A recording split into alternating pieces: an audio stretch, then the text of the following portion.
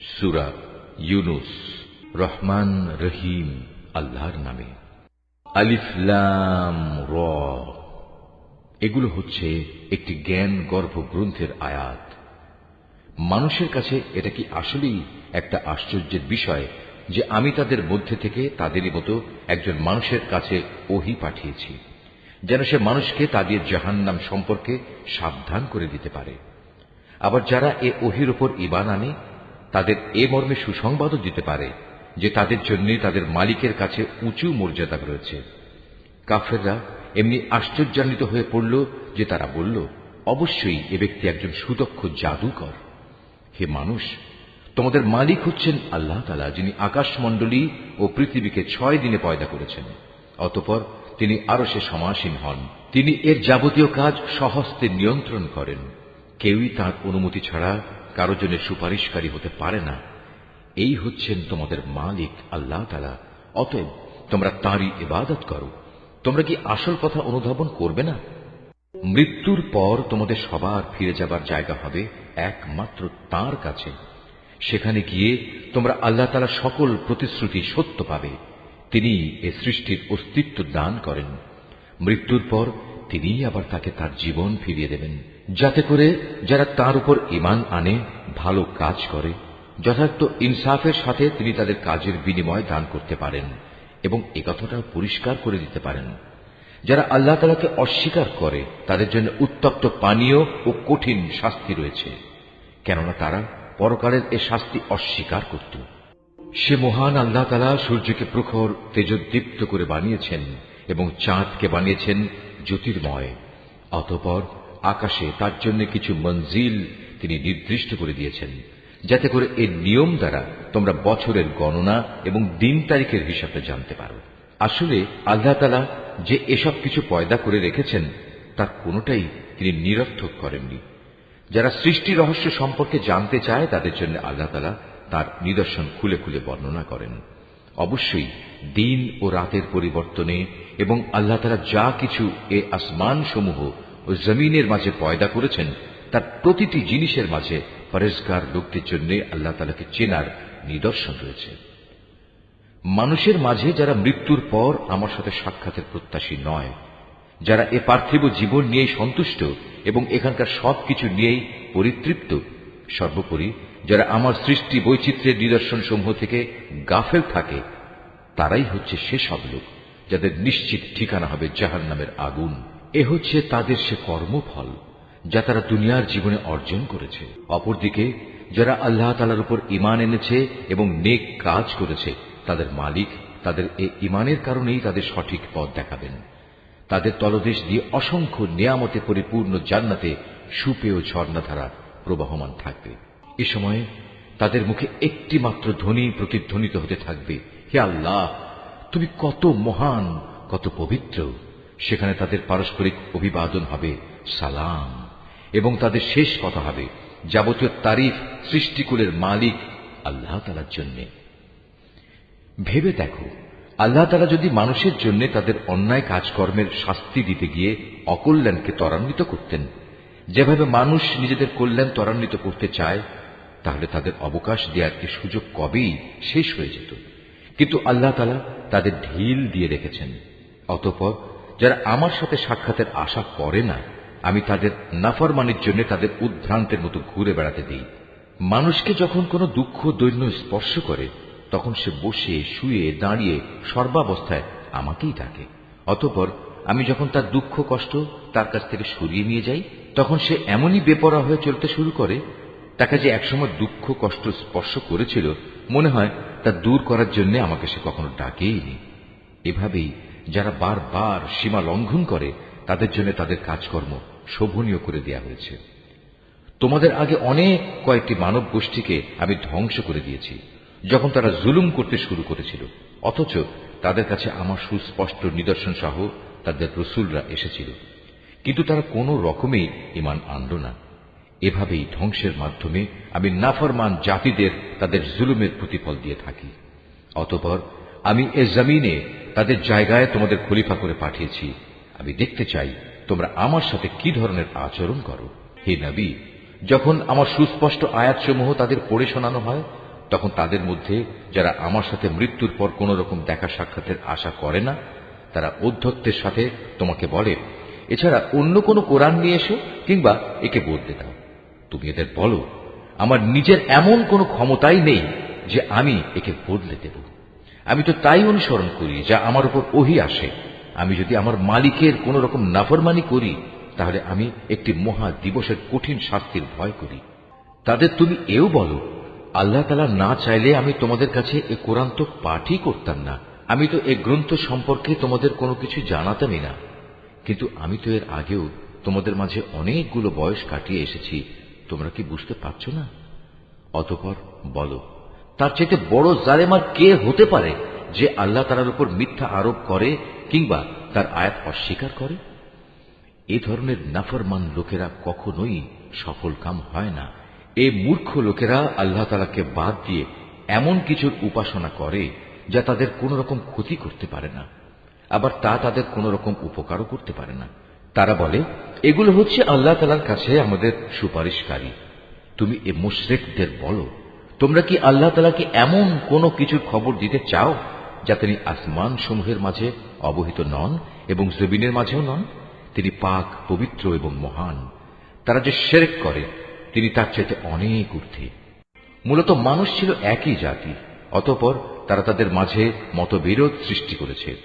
তোমার মালিকের পক্ষ থেকে তাদের শাস্তির মুহূর্তটি মৃত্যুর পরবর্তী জীবন পর্যন্ত স্থগিত করার ঘোষণা না থাকলে কবেই সে বিষয়ে ফয়সালা হয়ে যেত। আজ এ বিষয় নিয়ে তারা মতবিরোধ ঘটায়। তারা আরো বলে, তার মালিকের কাছ থেকে তার উপর কোন নিদর্শন অবতীর্ণ হয় না কেন? তুমি তাদের বলো, গায়েব সংক্রান্ত যাবতীয় জ্ঞান তো একমাত্র আল্লাহ তাআলার কাছে। অতএব আল্লাহ তাআলার সে গায়েবী ফয়সালার জন্য তোমরা অপেক্ষা করো, আর আমিও তোমাদের সাথে সেদিনের প্রতীক্ষা করছি।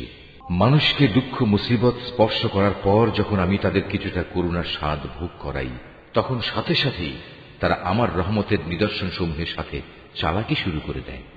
হে নবী, তুমি বলো, কলা কৌশলে আল্লাহ তাআলা সবার চাইতে বেশি তৎপর। অবশ্যই আমার ফেরেশতারা তোমাদের যাবতীয় কলা কৌশলের কথা তোমাদের আমল নামায় লিখে রাখে। তিনি মহান আল্লাহ তাআলা, যিনি তোমাদের জলে স্থলে ভ্রমণ করান। এমনকি তোমরা যখন নৌকায় আরোহণ করো এবং এ নৌকাগুলো যখন তাদের নিয়ে অনুকূল আবহাওয়ায় চলতে থাকে, তখন নৌকার আরোহীরা এতে ভীষণ আনন্দিত হয়। হঠাৎ এই নৌকাগুলো এক সময় ঝড়বাহী বাতাসের কবলে পড়ে এবং চারদিক থেকে তাদের উপর ঢেউ আসতে থাকে এবং তারা মনে করে এবার সত্যি এ বাতাস ও ঢেউ দ্বারা তারা পরিবেষ্টিত হয়ে গেছে। তারা একান্ত নিষ্ঠাবান বান্দা হয়ে আল্লাহ তাআলাকে এই বলে ডাকতে শুরু করে, হে আল্লাহ, যদি তুমি আমাদের এই মহা দুর্যোগ থেকে বাঁচিয়ে দাও, তাহলে আমরা তোমার শুকরগুজার বান্দাদের অন্তর্ভুক্ত হয়ে যাব। অতঃপর সত্যি সত্যি যখন তিনি তাদের এই বিপর্যয় থেকে বাঁচিয়ে দেন, তখন তারা ওয়াদার কথা ভুলে সাথে সাথেই অন্যায়ভাবে জমিনে নাফরমানি শুরু করে দেয়। হে মানুষ, তোমরা শুনে রাখো, তোমাদের নাফরমানি তোমাদের নিজেদের জন্যই ক্ষতিকারক হবে। মূলত এ হচ্ছে দুনিয়ার সহায় সম্পদ। অতঃপর তোমাদের আমার কাছেই ফিরে আসতে হবে। তখন আমি তোমাদের বলে দেব দুনিয়ার জীবনে তোমরা কে কি করতে। এ পার্থিব জীবনের উদাহরণ হচ্ছে, যেমন আমি আকাশ থেকে পানি বর্ষণ করলাম, যা দ্বারা অতঃপর জমিনের গাছপালা ঘন সন্নিবিষ্ট হয়ে উদ্গত হল, যা থেকে মানুষ ও জন্তু জানোয়াররা তাদের আহার সংগ্রহ করল। এরপর একদিন যখন জমিন তার সৌন্দর্যের রূপ ধারণ করল এবং আপন সৌন্দর্যে সে শোভিত হয়ে উঠল, তখন এসব দেখে তার জমিনের মালিক মনে করল তারা বুঝি এর ফসল ভোগ করার উপর এখন সম্পূর্ণ ক্ষমতাবান হয়ে গেছে। এ সময় হঠাৎ করে রাতে কিংবা দিনে আমার আযাবের ফয়সালা তাদের উপর আপতিত হল। ফলে আমি তাদের এমন ভাবে নির্মূল করে দিলাম যেন গতকাল পর্যন্ত এখানে তার কোনো অস্তিত্বই ছিল না। এভাবেই আমি আমার আয়াতসমূহ সেসব জাতির জন্য খুলে খুলে বর্ণনা করি যারা এ সম্পর্কে চিন্তা ভাবনা করে। হে মানুষ, তোমরা এ পার্থিব জীবনের ধোঁকায় পড়ে আছো, অথচ আল্লাহ তাআলা তোমাদের চিরস্থায়ী এক শান্তির নিবাসের দিকে ডাকছেন। তিনি যাকে ইচ্ছা করেন তাকে সহজ সরল পথে পরিচালিত করেন। যারা ভালো কাজ করেছে যাবতীয় কল্যাণ তো থাকবে তাদের জন্যই, এবং থাকবে তার চাইতেও বেশি। সেদিন তাদের চেহারা কোনো কালিমা ও হীনতা দ্বারা আচ্ছন্ন থাকবে না। তারাই হবে জান্নাতের অধিবাসী, তারা সেখানে থাকবে চিরদিন। অপরদিকে যারা মন্দ কাজ করেছে তাদের মন্দের প্রতিফল তেমন মন্দই হবে। অপমান তাদের আচ্ছন্ন করে ফেলবে। সেদিন আল্লাহর আযাব থেকে তাদের রক্ষাকারী কেউই থাকবে না। তাদের চেহারা এমনই কালো হবে যেন রাতের অন্ধকার ছিঁড়ে তার একটি টুকরো তাদের মুখের উপর ছেয়ে দেওয়া হয়েছে। এরা হচ্ছে জাহান্নামের অধিবাসী, সেখানে তারা চিরদিন থাকবে। হে নবী, তুমি তাদের সেদিনের ব্যাপারে সাবধান করো যেদিন আমি তাদের সবাইকে আমার সামনে একত্রিত করব। অতঃপর যারা আমার সাথে শরীক করেছে তাদের আমি বলবো, তোমরা এবং যাদের তোমরা শরীক করেছ স্ব স্থানে অবস্থান করো। এরপর আমি তাদের এক দলকে আরেক দল থেকে আলাদা করে দেব এবং যাদের তারা শরীক করেছিল তারা বলবে, না, তোমরা তো কখনো আমাদের উপাসনা করতে না। আজ আল্লাহ তাআলাই আমাদের এবং তোমাদের মাঝে সাক্ষ্য প্রদানকারী হিসেবে যথেষ্ট হবেন। আমরা তোমাদের উপাসনার ব্যাপারে আসলেই গাফেল ছিলাম। এভাবেই সেদিন প্রত্যেক ব্যক্তি নিজের কর্মফল যা সে করে এসেছে পুরোপুরি জানতে পারবে এবং সবাইকে তাদের আসল মালিক আল্লাহ তাআলার কাছে ফিরিয়ে নেওয়া হবে। দুনিয়ায় তারা যেসব মিথ্যা ও অলীক কথাবার্তা আল্লাহ তাআলা সম্পর্কে উদ্ভাবন করত, নিমেষেই তা তাদের কাছ থেকে হারিয়ে যাবে। হে নবী, তুমি বলো, সে কে যে তোমাদের আসমান ও জমিন থেকে জীবিকা সরবরাহ করে? অথবা তোমাদের শোনা ও দেখার ক্ষমতা কার কর্তৃত্বাধীন? কে আছে এমন যে জীবিতকে মৃত থেকে আবার মৃতকে জীবিত থেকে বের করে আনে? কে আছে এমন যে এসব কিছুর পরিকল্পনা প্রণয়ন করে? তাদের এসব প্রশ্ন করলে তারা সাথে সাথেই বলে উঠবে, হ্যাঁ, অবশ্যই আল্লাহ। তুমি তাদের বলো, যদি তাই হয় তাহলে সত্য অস্বীকার করার পরিণামকে কি তোমরা ভয় করবে না? তিনি আল্লাহ তাআলা, তিনি তোমাদের আসল মালিক। সত্য আসার পর তাকে না মানা গুমরাহি নয়তো আর কি? সুতরাং তাকে বাদ দিয়ে বলো, তোমরা কোন দিকে ধাবিত হচ্ছ? এভাবেই যারা নাফরমানি করেছে তাদের উপর তোমার মালিকের সে কথাই সত্য বলে প্রমাণিত হল যে এরা কখনো ঈমান আনবে না। তুমি তাদের আরো বলো, তোমাদের বানানো এসব শরীকদের মধ্যে এমন কেউ কি আছে যে প্রথমবার বানাতে পেরেছিল অতঃপর মৃত্যুর পর আবারও তা তৈরি করতে পারবে? তুমি বলো, আল্লাহ তাআলাই সৃষ্টিকে প্রথম অস্তিত্ব প্রদান করেন, অতঃপর দ্বিতীয়বার তিনিই তাতে পুনরায় জীবন দান করেন। এরপরেও তোমরা কেন বারবার সত্য থেকে বিচ্যুত হচ্ছ? তাদের আরো বলো, তোমাদের বানানো শরীকদের মধ্যে এমন কে আছে যে মানুষকে সঠিক পথ দেখাতে পারে? তুমি বলো, হ্যাঁ, আল্লাহ তাআলাই সঠিক পথ দেখাতে পারেন। যিনি সঠিক পথ দেখান তিনি অনুসরণের বেশি যোগ্য না সে ব্যক্তি যে নিজেই কোনো পথের সন্ধান পায় না যতক্ষণ না তাকে সে পথের সন্ধান দেয়া হয়? তোমাদের একই হলো, কেমন ধরনের ফয়সালা করো তোমরা? তাদের অধিকাংশ ব্যক্তি নিজেদের আন্দাজ অনুমানের অনুসরণ করে, আর সত্যের পরিবর্তে আন্দাজ অনুমান তো কোনো কাজে আসে না। আল্লাহ তাআলা অবশ্যই ওদের কর্মকাণ্ড সম্পর্কে পূর্ণাঙ্গ ওয়াকিবহাল রয়েছেন। এ কোরআন এমন কোন গ্রন্থ নয় যে আল্লাহর ওহী ব্যতিরেকে কারো ইচ্ছা মাফিক বানিয়ে নেওয়া যাবে, বরং এ গ্রন্থ সেসব গ্রন্থের সত্যবাদিতার সাক্ষ্য প্রদান করে যা এর আগে নাজিল হয়েছিল। এতে কোনো সন্দেহ নেই, এটা হচ্ছে সৃষ্টিকুলের মালিক আল্লাহ তাআলার সত্য বিধানসমূহের বিশদ ব্যাখ্যা। তারা কি একথা বলে, এ ব্যক্তি মুহাম্মদ এ গ্রন্থটি রচনা করে নিয়েছে? হে নবী, তুমি এদের বলো, তোমরা তোমাদের দাবিতে যদি সত্যবাদী হও তাহলে তোমরাও এমনই ধরনের একটি সূরা বানিয়ে নিয়ে এসো এবং এ ব্যাপারে আল্লাহ তাআলা ছাড়া আর যাদের যাদের তোমরা ডাকতে চাও ডেকে তাদেরও সাহায্য নাও।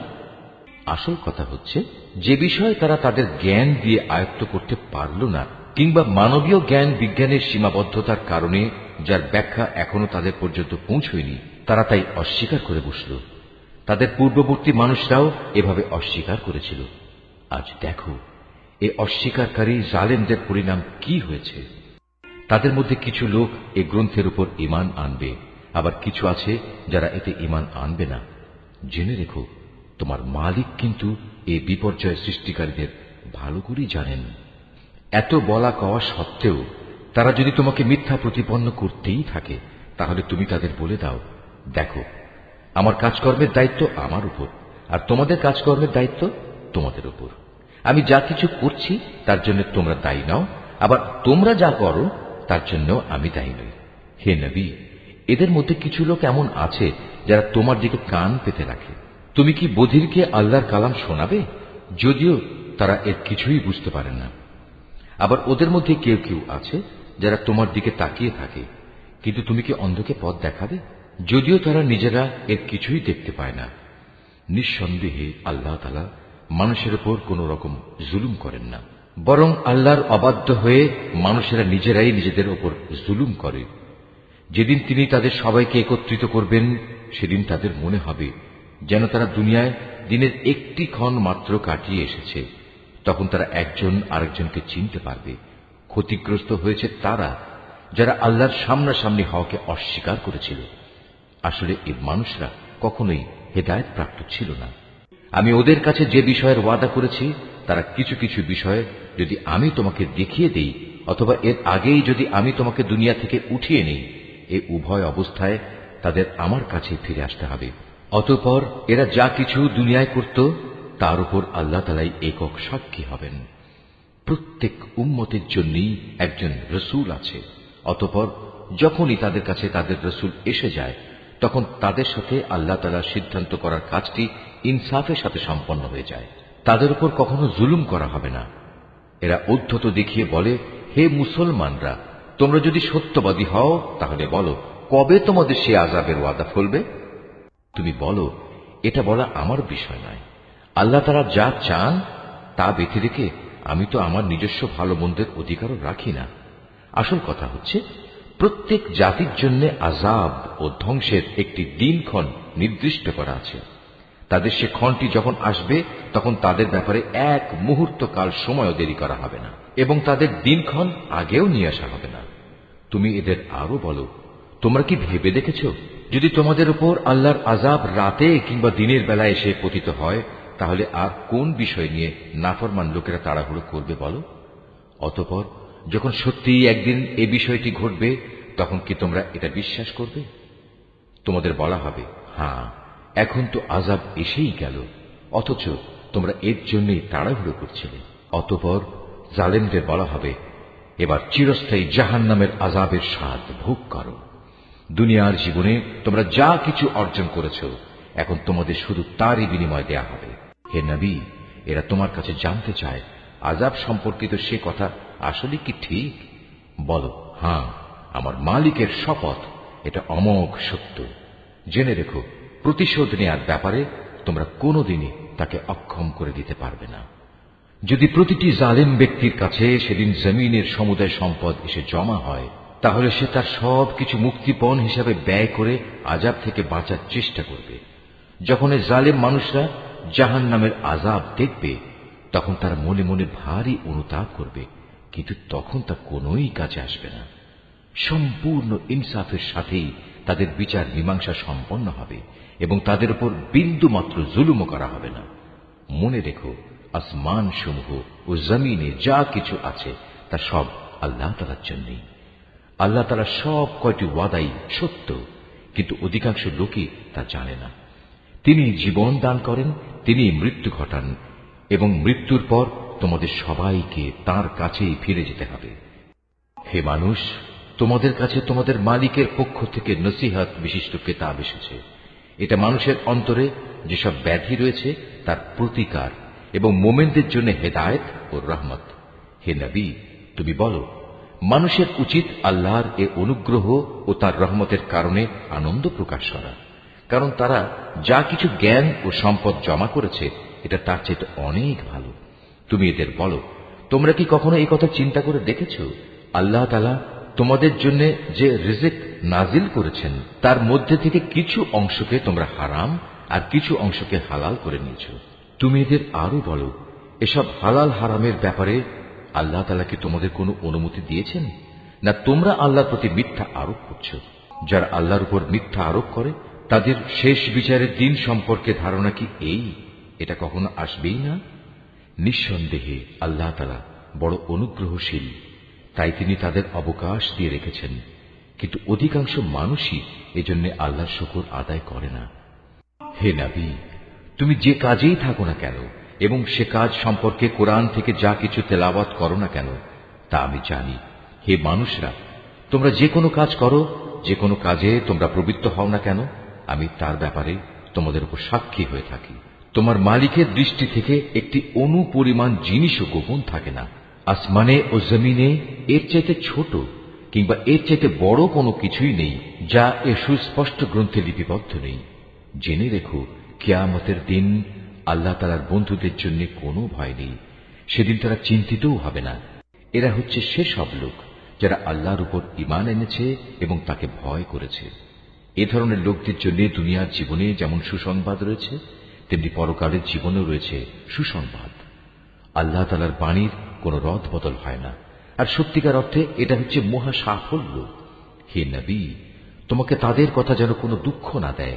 নিশ্চয়ই মান ইজ্জত সবই আল্লাহ তাআলার করায়ত্তে। তিনি সব কিছু শোনেন, সব কিছু জানেন।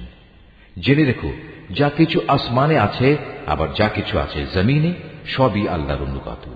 যারা আল্লাহ তাআলা ছাড়া কল্পিত শরীকদের ডাকে, তারা তো শুধু কিছু আন্দাজ অনুমানেরই অনুসরণ করে মাত্র। তারা মূলত মিথ্যাবাদী ছাড়া আর কিছুই নয়। হে মানুষ, তিনি মহান আল্লাহ, যিনি তোমাদের জন্য রাত বানিয়েছেন যাতে করে তোমরা তাতে বিশ্রাম গ্রহণ করতে পারো, আর দিনকে বানিয়েছেন আলোক উজ্জ্বল। অবশ্যই এতে আল্লাহ তাআলার মহত্বের অনেক নিদর্শন রয়েছে সে সম্প্রদায়ের জন্য যারা নিষ্ঠার সাথে শোনে। তারা বলে, আল্লাহ তাআলা নিজের একটি ছেলে বানিয়ে রেখেছেন, অথচ আল্লাহ তাআলা মহাপবিত্র। তিনি স্বয়ং সম্পূর্ণ অভাবমুক্ত। আকাশমণ্ডলী ও পৃথিবীতে যা কিছু আছে সবই তাঁর। তোমাদের কাছে এ দাবির পক্ষে কোনো দলিল প্রমাণও নেই। তোমরা কি আল্লাহ তাআলা সম্পর্কে এমন সব কথা বলে বেড়াচ্ছ যে বিষয়ে তোমরা কিছুই জানো না? হে নবী, তুমি বলো, যারা আল্লাহ তাআলার উপর মিথ্যা আরোপ করে তারা কখনোই সফল কাম পাবে না।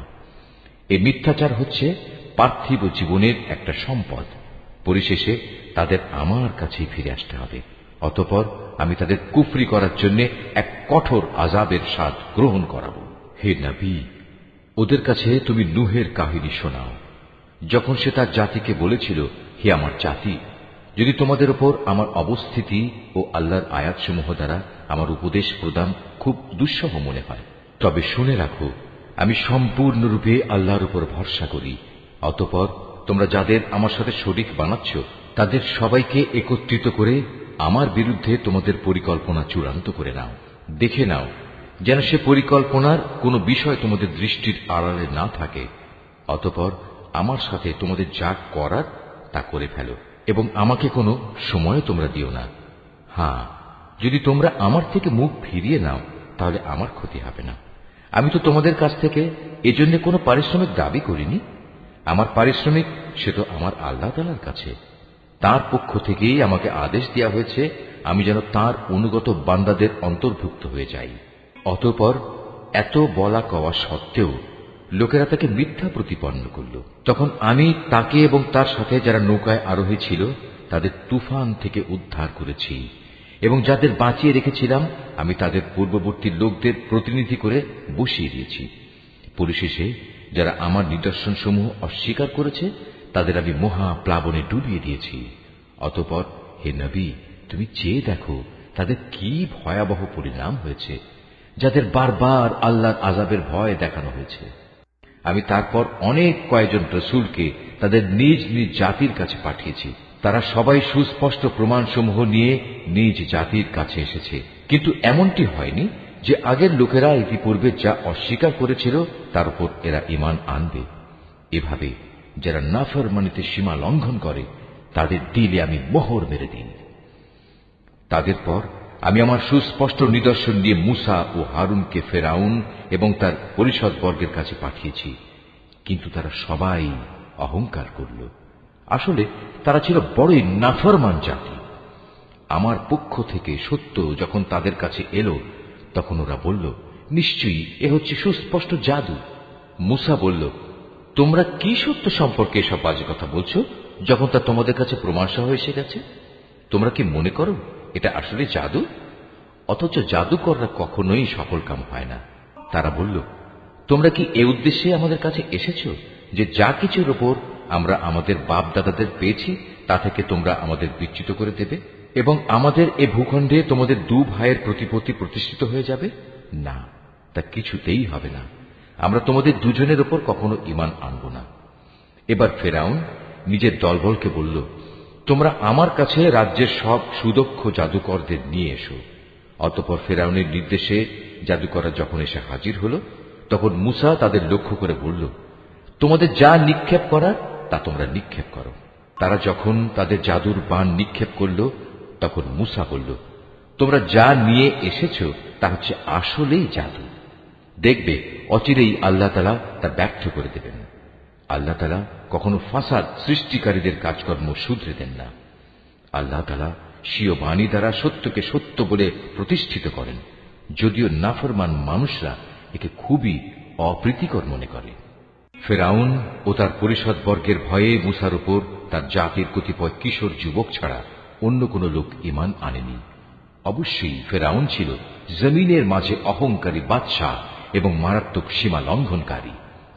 মুসা তার উপর যারা ঈমান এনেছে তাদের বলল, হে আমার জাতি, তোমরা যদি সত্যি মুসলমান হয়ে থাকো তাহলে অধৈর্য না হয়ে যিনি তোমাদের মালিক তোমরা তাঁর উপর ভরসা করো, যদি তোমরা আল্লাহতে আত্মসমর্পণকারী হও।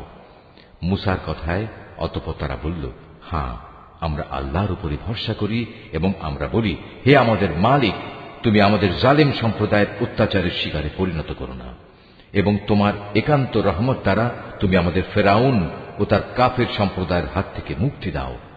আমি এরপর মুসা ও তার ভাই হারুনের কাছে ওহী পাঠালাম, তোমরা তোমাদের জাতির লোকদের জন্য মিশরেই ঘর বাড়ি বানাও এবং তোমাদের ঘরগুলোকে কেবলামুখী করে বানাও এবং তাতে তোমরা নামাজ প্রতিষ্ঠা করো।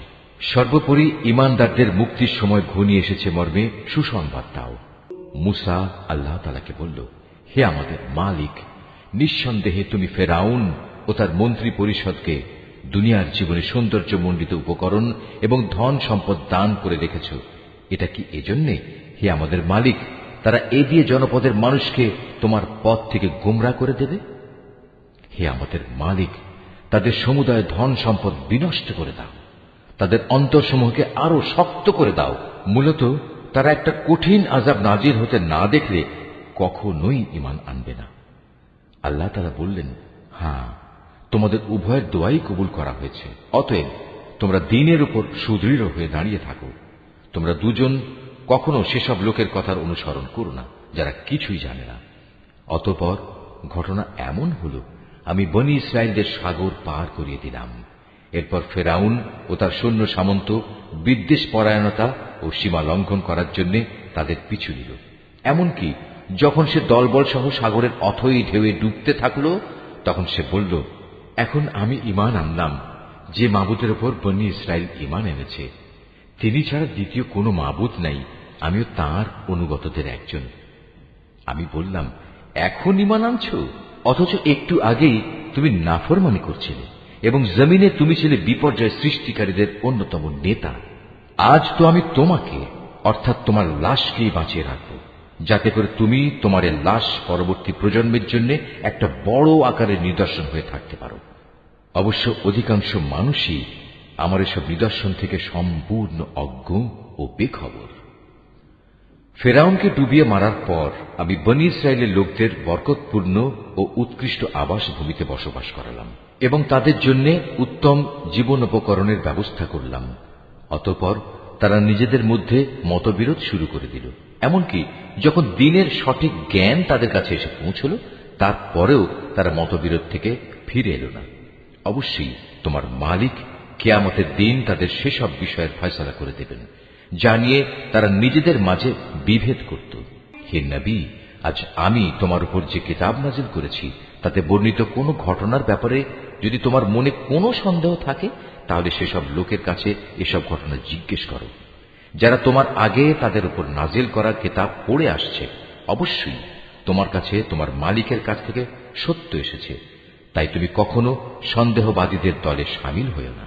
আর তুমি তাদের দলেও শামিল হইও না যারা আল্লাহর আয়াতসমূহ মিথ্যা প্রতিপন্ন করেছে। এরূপ করলে তুমি ক্ষতিগ্রস্তদের অন্তর্ভুক্ত হয়ে যাবে। হে নবী, অবশ্যই তাদের ব্যাপারে তোমার মালিকের কথা সত্য প্রমাণিত হয়ে গেছে যে তারা কখনো ঈমান আনবে না। এমনকি তাদের কাছে আল্লাহর প্রত্যেকটি নিদর্শন এসে পৌঁছলেও তারা ঈমান আনবে এমন নয়, যতক্ষণ না তারা কঠিন আযাব নিজেদের চোখে দেখতে পাবে। ইউনুস নবীর সম্প্রদায় ব্যতীত অন্য কোন জনপদ এমন ছিল না যারা এভাবে আযাব দেখে ঈমান এনেছে এবং তাদের এ ঈমান তাদের কোনো উপকার করতে পেরেছে। তারা যখন আযাব আসতে দেখে আল্লাহর উপর ঈমান আনল, তখন আমি তাদের এ পার্থিব জীবনের অপমানকর আযাব তাদের কাছ থেকে সরিয়ে নিলাম এবং তাদের আমি এক বিশেষ সময় পর্যন্ত জীবনের উপায় উপকরণ থেকে উপকৃত হতেও সুযোগ দিলাম। হে নবী, তোমার মালিক চাইলে এই জমিনে যত মানুষ আছে তারা সবাই ঈমান আনত, কিন্তু তিনি তা চাননি। তাছাড়া তুমি কি জোর জবরদস্তি করে চাইবে যে তারা সবাই মোমেন হয়ে যাক? কোন মানুষেরই এ সাধ্য নেই যে আল্লাহর অনুমতি বেঁধে রেখে সে ঈমান আনবে। যারা ঈমানের রহস্য বুঝতে পারে না, আল্লাহ তাআলা এভাবেই তাদের জীবনের উপর কুফর ও শিরকের কলুষ লাগিয়ে দেন। হে নবী, তুমি বলো, তোমরা দেখো আসমান সমূহ ও জমিনে কি কি জিনিস রয়েছে, কিন্তু যারা ঈমানই আনবে না তাদের জন্য আল্লাহর এসব নিদর্শন ও পরকালের সাবধান বাণী কোনই উপকারে আসে না। তারাও কি সে ধরনের কোন দিনের অপেক্ষা করছে যে ধরনের অপমানকর দিন তাদের আগের লোকদের উপর এসেছিল? যদি তাই হয় তাহলে তুমি বলো, তোমরা সেদিনের অপেক্ষা করো, আমিও তোমাদের সাথে অপেক্ষা করতে থাকব।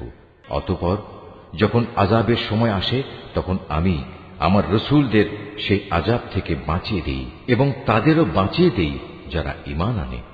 এভাবেই আমি আমার উপর এটা কর্তব্য করে নিয়েছি যে আমি মোমেনদের আযাব থেকে উদ্ধার করি।